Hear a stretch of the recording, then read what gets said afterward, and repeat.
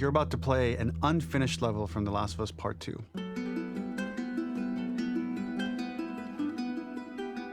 The reason we added this section is there are a few sequences, and we picked the 3 of the best ones, that we cut from the game. You know, often we build a game that's much bigger than what ends up being the final product.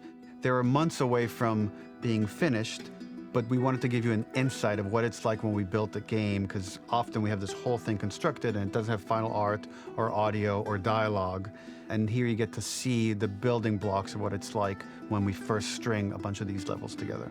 This is the intro to the first deleted level, and this one is the roughest of the 3.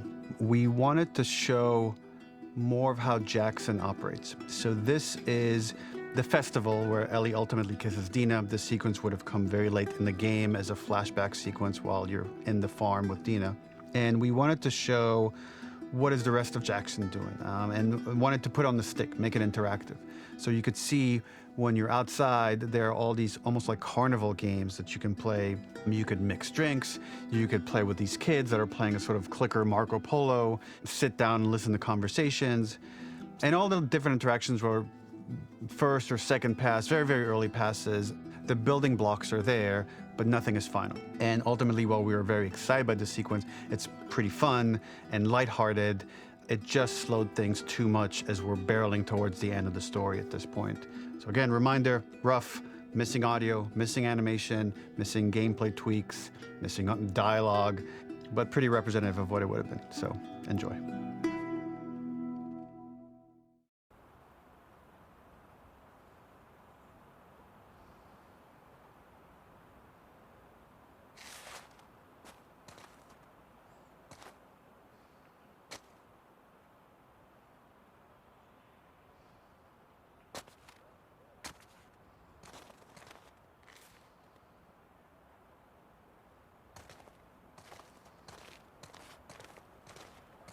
Originally, this level was going to transition us to farm. We would go all the way through to the dance, where Ellie and Dina share their first kiss. Then we would play through farm, and when Ellie plays the guitar at night, she would remember the Seth incident. So, the opening for this was a little tricky. We needed it to match at least a little what you might expect emotionally coming from prior beats, because we were already purposefully disorienting you in time and space. Remember, you just came from this huge fight. To jump straight into it would have been a little too jarring. After some back and forth, we rooted it in Ellie's nerves, calling back to her hands shaking in the theater. But this time, for a much more innocuous reason we'll find out later. She's nervous because she has a crush on Dina, who is the only reason why she's here at the dance.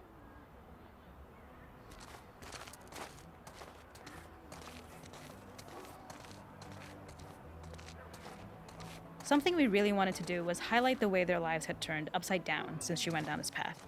We had this idea of recontextualizing all of our usual gameplay mechanics that were designed for really violent ends.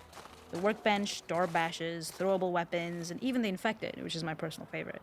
Peppered throughout the level are moments of levity or shared history, all the while seeing how happy and mundane they all were before her huge revenge odyssey.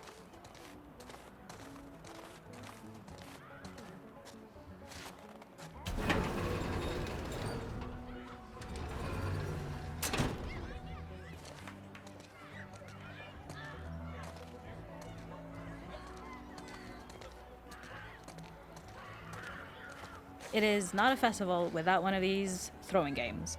This one, of course, uses our throwable system where you're often chucking explosive things or stunning things, but for a more wholesome purpose, although some people take this game really seriously. A fun aspect of this is if you did well, you could win a toy here. Ellie would place it in her pocket. If you had done this, you'd find the toy with JJ, the baby, later back at the farm. When we cut this, the toy made it through anyway because it was so cute. It is the same one you see on the tractor at the farm. Ollie the elephant.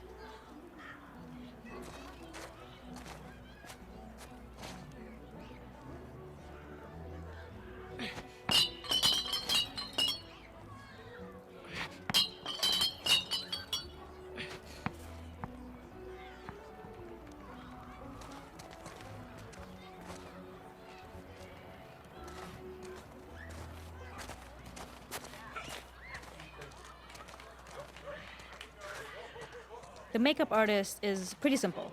It's one of those little in-game scenes we peppered in to make it feel like Ellie had roots in the town. Hallie, our writer, mentioned that in her mind, an ex-girlfriend of Ellie's tattooed her arm to cover up her scar. So we figured this might be the only time you get to see that. We wanted to hint at it and allude to it and make it feel like there had been so much more that had been happening and so much more that Ellie threw away.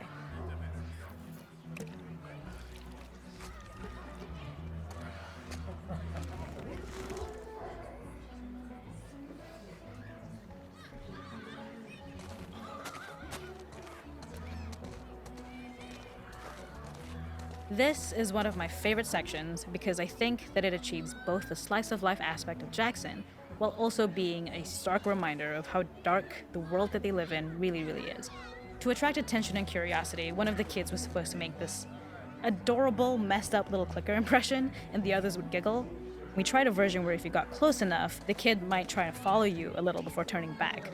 Since clickers are blind and move by echolocation, for this game of messed up tag, Ellie must close her eyes and listen for when the children give themselves away. The thought was that these kids are in relative safety. They still grow up with the dangers of clickers and runners, and all those lessons would embed themselves in the games that they play. When the festival got cut, they tried to preserve this moment and move it to the front of the game where the snowball fight is, as a tutorial.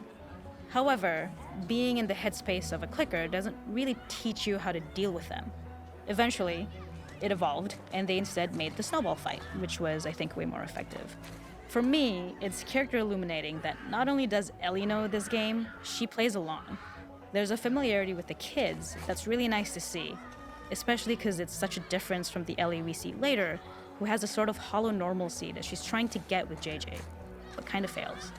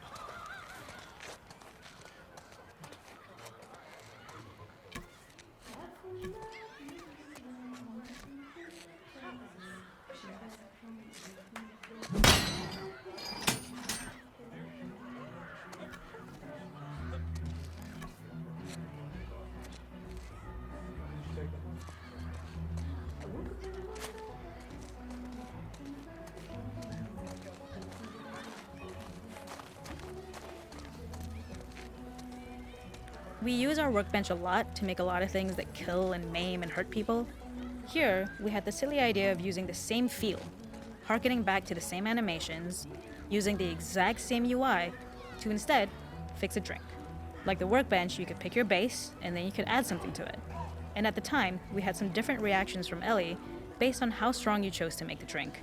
Something we wanted to prototype though, before it got cut, was picking up some ingredients around to add, like a lime or maybe a bottle of someone's favorite whiskey or salt, like you were earning upgrades. We also toyed with having Ellie carry around the drink you made and occasionally sip it, psyching herself up to go talk to Dina inside because she's nervous. It got too noodly though, because she would need to keep placing it somewhere before she did anything, so it would have ended up more trouble than it was worth.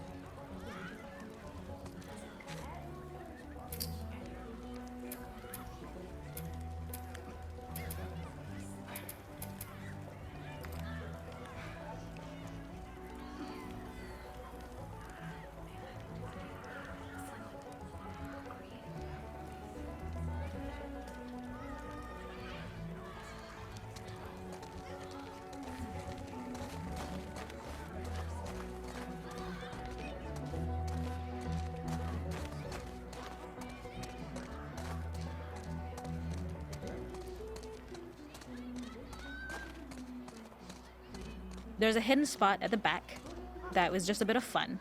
It was highlighting Jackson's normalcy with something we would find in a real world. In the back, you would find teenagers finding some alone time with each other in a dark corner of a party. It was rewarding the player for peeking into a hidden corner, but ultimately redirecting them back to the festival. We also had versions of them smoking weed here, despite Maria's consternation, probably having gotten it from Eugene.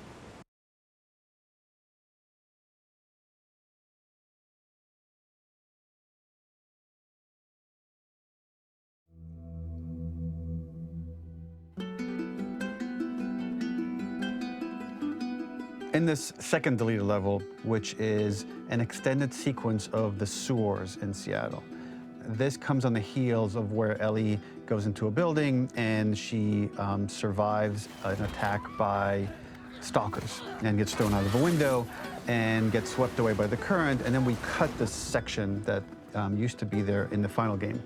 Now you will get to play it. So this was a way to get a bit more interesting puzzles, interesting traversal, figure out how Ellie can navigate the sewers with the fighting current. Ultimately, with a lot of these levels and these sequences, the reason why we cut them were for pacing purposes. But here it is for you in this very kind of raw form that part of it will feel finished, parts of it will feel like assets are missing as far as audio, animation won't be final. But it's a glimpse into what a game looks like when it's months away from finishing. Enjoy.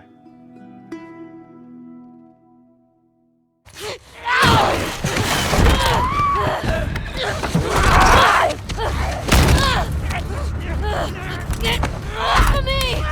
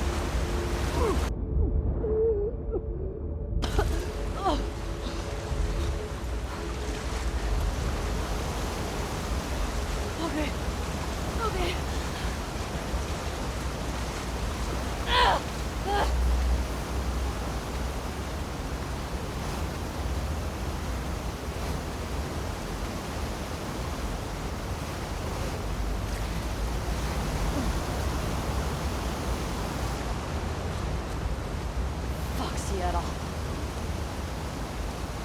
Okay. Where the hell am I?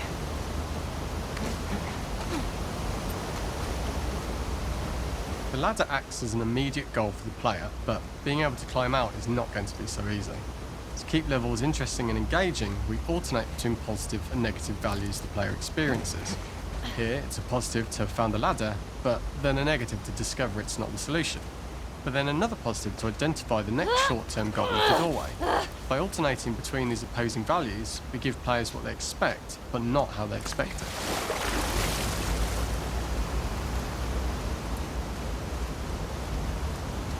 This level, internally known as Find Nora, was quite long in duration as we had to make Ellie traverse a far distance to the opposite side of downtown Seattle. The sewer section was originally longer than what we released the game with, approximately 10 minutes more. This was one of the few areas of the game that used water flow as part of a traversal puzzle. The player has to go upstream to use the current to get to the platform to reach the other side. We mostly cut this mechanic game wide, however it remained in essence in the section swimming to the aquarium as Ellie when you were avoiding the waves. When players reach the doorway and enter into the room, they are faced with a dead end. The real reason for this dead-end room is that on the reversal, when exiting back out of the doorway, players are faced with the route onwards. A pipe that they'd not been able to see when they were swept past it on the way in, and something that was hidden from view when on the side platforms. the intention here being that the only option is to go off the standard path in order to search for a way out. What have we got here?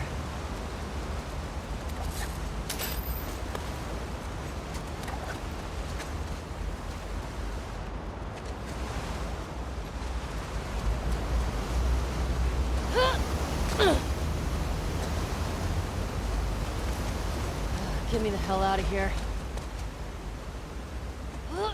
Throughout the rest of the level, we also used light to indicate to the player that they were heading in the right direction. At each turn, however, we blocked the direct route forward. Players would know that they just have to keep finding alternative paths, promoting those feelings of being desperate and trapped. We slowly introduced the player to consider climbing into smaller pipes and crouching in these tight spaces. This is to slowly build up to, and encourage, the player to climb into such a small pipe that they'd have to be crawling on their stomach, which is something that the player previously may not have recognised as a playable space, let alone the desired route they need to take. Up and out. Just keep going up and out. We added a tiny space just to reward the player's exploration with a pickup item, and we made sure it was something that made sense that you'd find in this area. A canister and all the garbage that had been washed into the sewers from the surface. We loved the idea of making Ellie prone through a tiny dirty pipe in order to get out, as it was a great opportunity to use our prone mechanic. A unique camera setup was created to support crawling in these pipes, as the standard prone camera is much higher above the player. We also created custom collision in order for Ellie to manoeuvre in these tight spaces easily. Initially, the oblong collision capsule around her character caused issues crawling around corners. We put extra effort into the custom corner collision, so the movement Your experience shit, is Ellie. as smooth as the main game.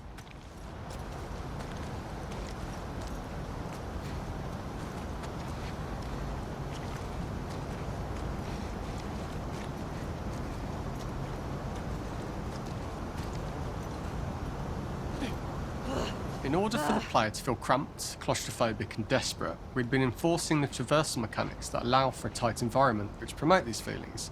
We introduced the use of the squeeze through so that we can keep the player feeling enclosed and tight, but without repeating the same geometry. Here we change from low ceilings with wider walls to high ceilings and tight walls to change up the spatial pacing and keep the level from repeating itself.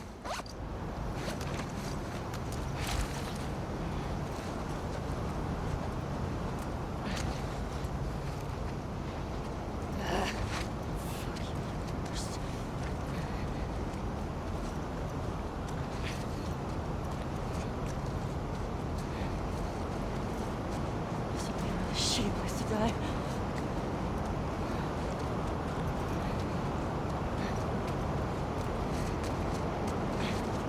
Originally, we had the waterline much higher here, so players had to swim through this tight tunnel. However, from watching user test feedback, it was occasionally causing people to discount the route entirely and turn back on themselves. So to avoid any risk of this happening in the final game, we present a lower water level so the tunnel is easy to see and commit to using. Although this isn't as impactful without the prone swim, it's the better decision as it means a smoother experience for the player with no backtracking frustration. Fucking come on. We draw the player towards this pipe as it is seemingly the route out of the tight space. Fairly soon it is obvious that this path is blocked. If the player goes all the way up to the bars that block the path, they are rewarded with a pickup so this journey doesn't feel wasted. It was important to encourage the player to try to progress along this path so that they would subtly be thinking of progress in this direction.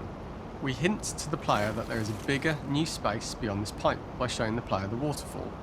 This helps players consider the other route where they don't know how far the tunnel is or whether they'd make it.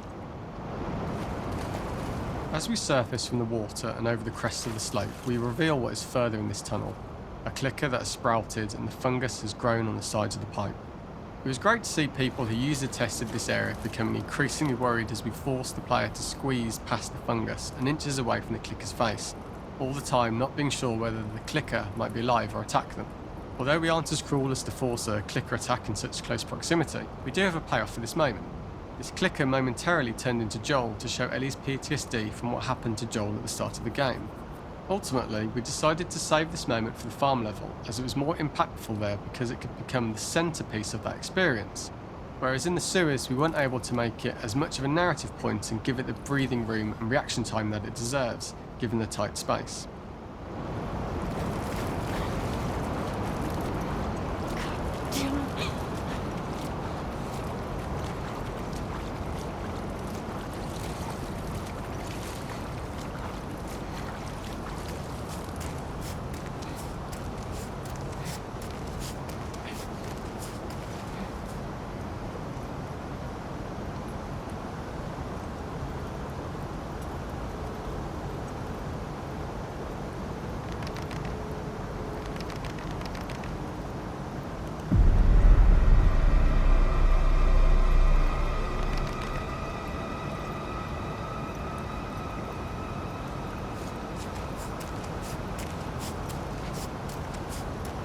Oh, shit!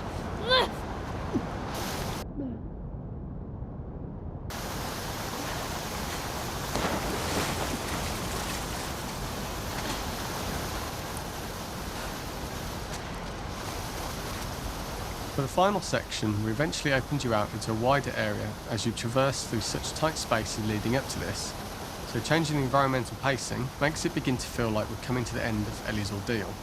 An earlier iteration used the current that we'd shown at the start for a slightly tougher traversal puzzle to conclude the sewers. The ladder was clearly visible from most of the area, but the player was faced with a fast-flowing torrent of water they couldn't cross. If the player attempted to jump into the water, they were not able to swim across the ladder due to the water's speed, but instead they had to traverse the pipe running along the top of the space in order to get across the water.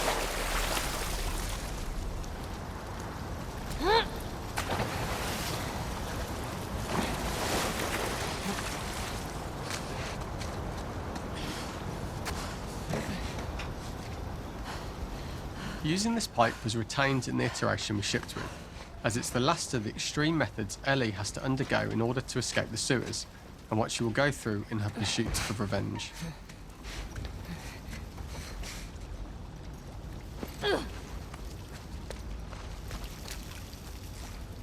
The last ladder climb is quite lengthy, and although we could have trimmed it down to a shorter climb, we liked how this last segment of the journey built anticipation for whether there was success at the top or not after all you've been through. Ultimately, the ladder exits out into the subway station, which is how it connects in the final game. Ellie then has to find her way to the hospital from here, crossing paths with the scars for the first time.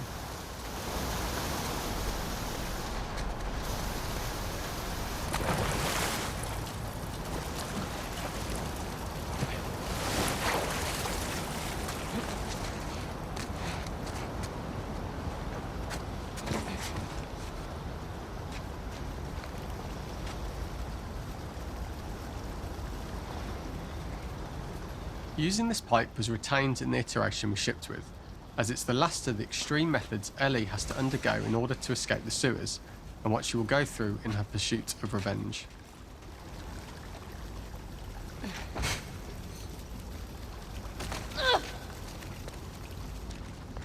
The last ladder climb is quite lengthy, and although we could have trimmed it down to a shorter climb, we liked how this last segment of the journey built anticipation for whether there was success at the top or not after all you've been through. Ultimately, the ladder exits out into the subway station, which is how it connects in the final game. Ellie then has to find her way to the hospital from here, crossing paths with the scars for the first time.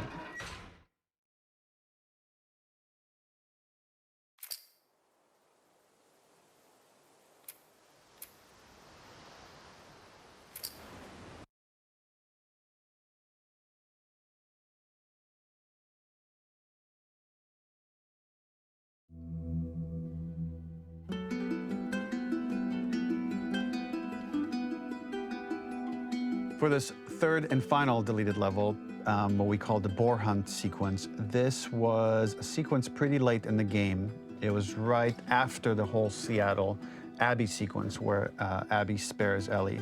And then we wanted to come back into Ellie's story, but keep it a bit mysterious of how much time has passed, where is Ellie now? So we're coming in on Ellie and she's following a trail of blood. And we wanted to mirror in a way the deer hunt sequence from the first game, but this time do it with a boar. And there's something with Ellie that now she can't let go of this violence. She's pursuing it, even against this innocent animal.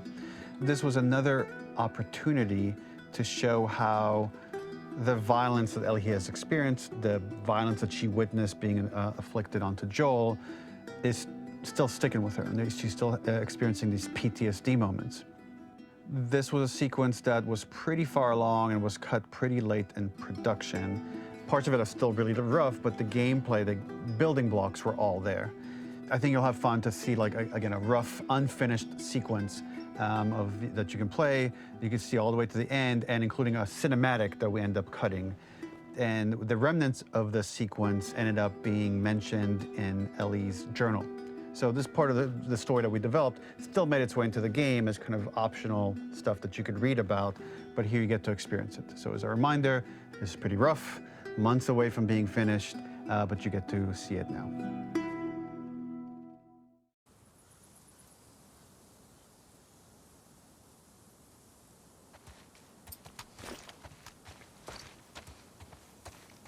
So the boar hunt was one of the hardest levels for me to work on.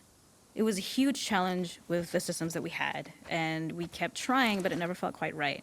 Originally, the level happened after the Jackson Festival, which also got cut, but before Farm. Once the festival got cut, it became the prologue to Farm. The intended experience is that we jump forward in time after the fight with Abby in the theater. We don't know where Dina is. We likely assume she's dead because she was just bleeding out. Ellie is alone. Her hair is short. So maybe this is the future or the present. And she's hunting. Hunting who?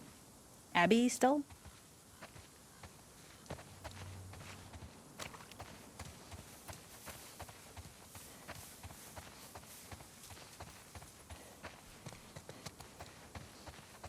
How'd I lose it?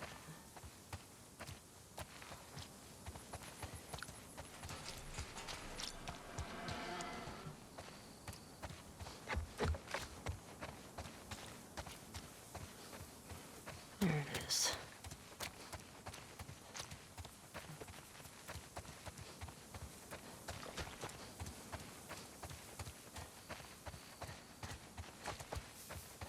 In early iterations of the fight, it was more arena-like.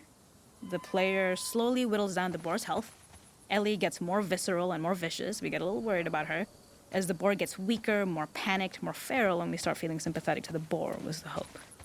In all of these iterations, especially of these wider areas, it required custom AI and scripting to make sure it continued to feel organic as an animal, but we really needed it to do specific stuff. It needed to be able to close distances really, really quickly. It needed to charge to attack, but we wanted the feeling of hunting, so we needed to track it down from afar. And we also needed to discourage the player from attacking the boar when it's that close, or it would kind of turn into this melee kerfuffle. How do we do this in our world while keeping the boar believable?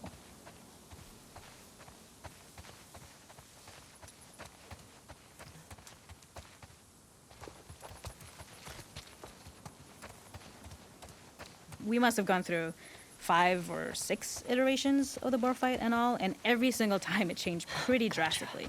We split it into clear phases, where one was like all long range. We tried another where you're getting close and you get the jump on it quite literally. You're jumping off of a rock to attack it.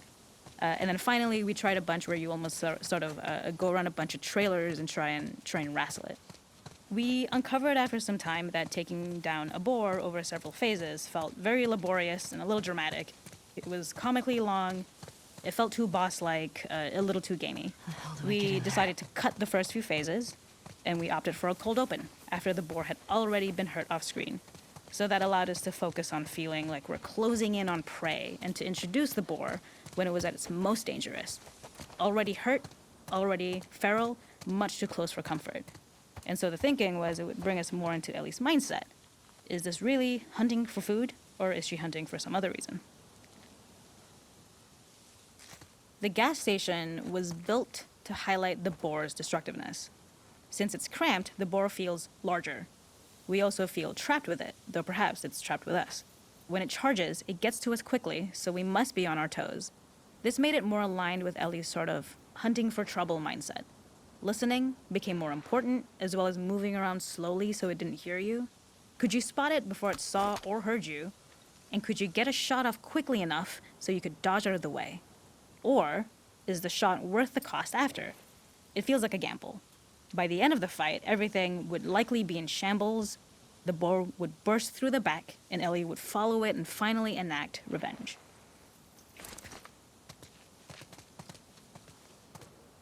Okay. I can't see shit.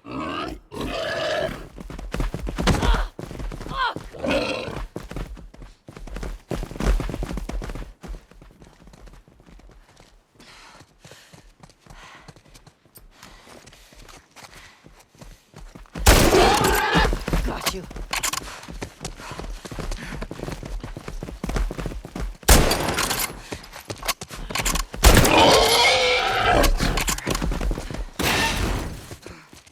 Nowhere to run.